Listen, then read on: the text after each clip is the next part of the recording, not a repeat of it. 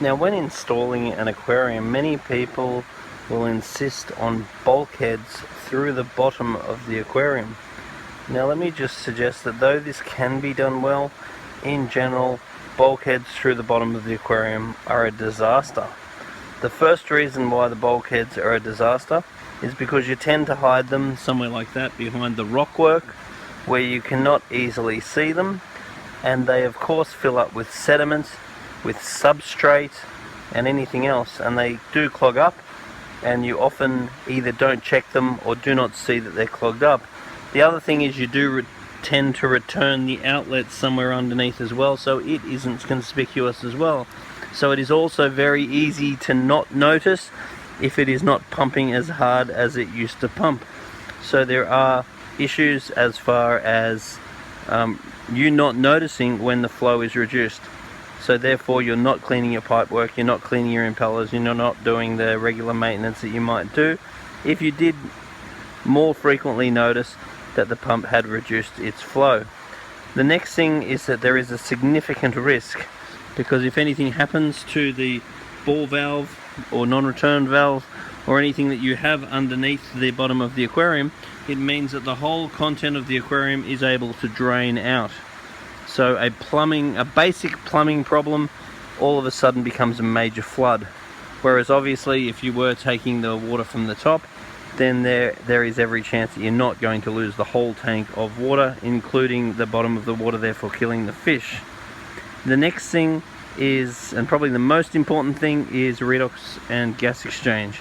So if you're running a filter through the bottom, assumably a closed loop filter such as a canister filter, the canister filter is going to build huge amounts of bacteria. That bacteria is going to suck oxygen out of the water, making the water that returns from the filter in oxygen deficit. So when we are using a canister filter, what we're really wanting to do is return the water at the surface, and we're wanting to agitate the surface as much as possible. So therefore gas exchanges, and some of the CO2 is released that will be produced by the filter, and some of the oxygen is replaced.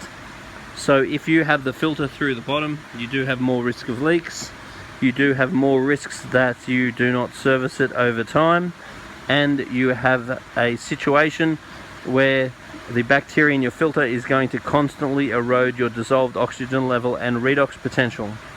So wherever possible, try to pick your filters up from near the surface, because the organic component of water will rise with oxygen, so therefore your higher organic material is going to be from the top. That is why all of your better filters actually pick up off the surface, because they're picking up the organics that are going to raise in the aquarium.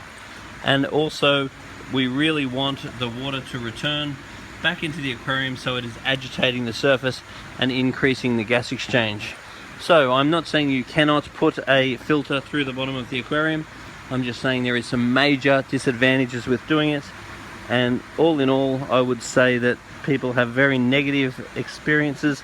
Sure, you can put a bubbler in there and you can put a bit of extra oxygen in, but it really is not the same. Replenishing the oxygen by agitating the surface with your outlet is worth its weight in gold, and where possible I do not encourage putting your filters through the bottom.